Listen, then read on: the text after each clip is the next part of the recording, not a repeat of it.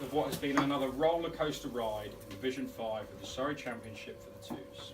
It started at home to newly promoted Merrow, who clearly fancied themselves for back-to-back promos, and in their defence batted like a team who would do just that. They put 250 on the board. We were 16 for 3 in reply. I was thinking it wouldn't have been a great 18 games. I scratched my way to 50, was told by their keeper in the process that he'd seen number 11s in the Fullers, who were better than me. Jamie Ponty, 136 not out, smashed it everywhere, and after I left a straight one, him and Medsey, 45 not out, put on an unbroken 150 to see us home with ease. Couldn't help but seek their keeper out after the game. Not so easy in the Surrey Championship after all, eh, fella? He said nothing back.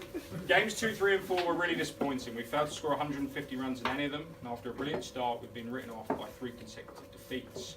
We began the time games at old foe Lingfield, who in previous years had benefited from an alarming lack of availability amongst our ranks for the away game. This year, though, there'll be no such issues. We were able to call on Hampton schoolboys Ollie George, George Gregory, Max Vivian and Zach Goodwill, plus Chris Maddock-Jones, and these boys plus the regulars dispatched Lingfield, who chalked up our second win.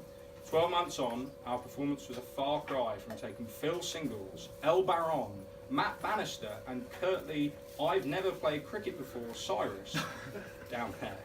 The day was a real mark of progress. Week 6, as I've already mentioned, was a travesty that I'll take to my grave. Week 7 was a well-timed return to calmness at Oxshott, and although their twos contain 2 former pros, they're a good bunch and serve up one of the best teas going. It was a cracker that went down to the last ball. 500 runs are scored, Oxshott finished 10 short, we got a winning draw with maximum bonus points. At this stage the league was proving tighter than during any previous season. No real garbage, but also no standout sides. Our trip to Battersea in week 8, with weather around and both teams batting poorly, petered out into a draw, which is probably the right result. We remained in no man's land. Week 9 marked the halfway stage, and after 2 weeks on the road, we welcomed Guildford City to Dean Road. Unsurprisingly, they won the toss and bowled, and a few sporting knocks alongside a 98 from Harry Mays, happy birthday, saw us to 230. However, they went hard and in chasing down the total, scored almost half their runs in maximums. What had started as a year full of hope and aspiration was rapidly turning into a nightmare. 9 down and 9 to go, and somehow we were bottom of the pile. Things finally turned around when we visited Hampton Hill. A combination of roaming deer, sensational teas, great showers, and a good team. Adam Lee scoring 100, Ali Robinson taking wickets, and us finally winning made it the best performance since week 1. Week after, we found ourselves inserted under dark skies against Old Emmanuel, and after a brilliant Ed Crow innings came to an end, we were 74 and looking like being in real trouble. Thankfully, Chris Maddock-Jones rallied, and with help from Sam Osborne and Covey Basine, we got up to 250. We ended up picking up a winning draw, and after the week after was washed out, we are now on our longest unbeaten run of the season, having only won 1 game. We then travelled to 3rd place Merrow, knowing that a win would make the final one-day games very interesting. More rain met us when we got there, and we ended up manufacturing a draw rather than abandonment, which made flying Max Vivian back from Croatia in British Airways business class even more worthwhile. Got to do what you got to do. Having been dropped on naught, I also made some runs, which was long overdue, and our fantastic unbeaten run was stretched again. The one-day games in August were a major success. Lingfield came to the fortress and left 5 hours later with their tails firmly between their legs. They were consigned to a thrashing. 3 lessons from the day. Don't bowl short to Adam Lee. Don't wind up Julian Poulter. Bowling at the stumps is underrated. Week 15 saw the long-awaited return fixture with Cobham. In truth, it was a complete non-event.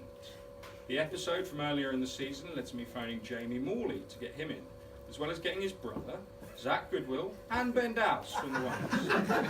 Holt stayed in the side, Medsey returned, CMJ was in, and so was Viv. Dowse bowled his usual first team line, and their second team players were pretty helpless. Need to bowl at the stumps, Ben. Jamo from the other end bowled 2 wide ones, which were too quick, and then bounced their opener out. Hush then descended on Convent Lane, the home of Cobham. Their batting lineup, to a man, went searching for helmets. Their other opener walked off with a broken wrist, only to return and then get yorked. Morley Senior bowled like a dream and took 3. Goodwill Junior took 2. Medsey finished off the tail. Jules smashed it to all parts, and we won by 7 wickets. Post-game, their clubhouse was a sombre place to be. They were humbled, shocked, and probably embarrassed. The whole situation was avoidable, and there was just one lesson from the day. What goes around comes around.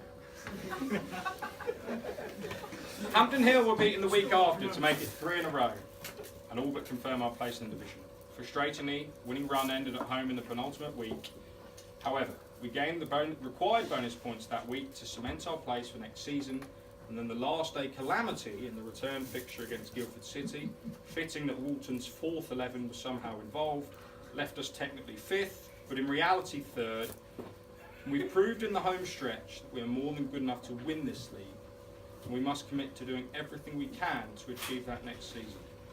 Anything less would be us falling short of our clear potential. Okay, I now want to make some acknowledgements and also hand out 2 awards for Second 11 Young Player of the Year and Second 11 Players Player of the Year. In doing this, I think it's important to say that there are more people here tonight who deserve an award than are actually going to get one. There have been some magnificent new faces added to the scene at Dean Road this year. And whether you leave tonight with a shield or not, a lot of you should be... That is Mike, isn't it? Yeah. A lot of you should be really proud of the commitment you've shown to improving your game and to helping the club. It certainly hasn't gone unnoticed. Second 11 Young Player of the Year. In seasons gone by, this award has not existed. The extinction of anyone under the age of 25 at this club meant there was no real chance to announce it. Thankfully, that is no longer the case, as is shown by 28 people under that 25 number playing for the Second 11 this season. Of those 28 people, most have only represented the side a handful of times. There are a few standout performers that I wish to recognise. 24-year-old Adam Dunbavand averages 102 for this club. He's quite good. Didn't play enough this year to warrant winning anything, but a great fight. His namesake, 18-year-old Adam Lee, has played just about enough and has made some priceless contributions when he's been part of the side.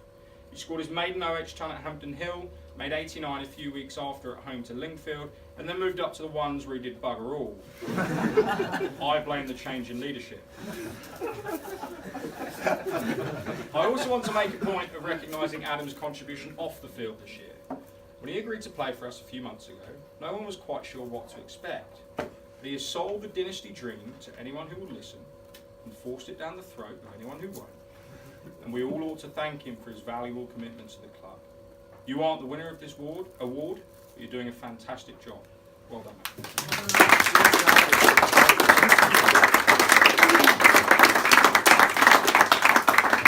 mate.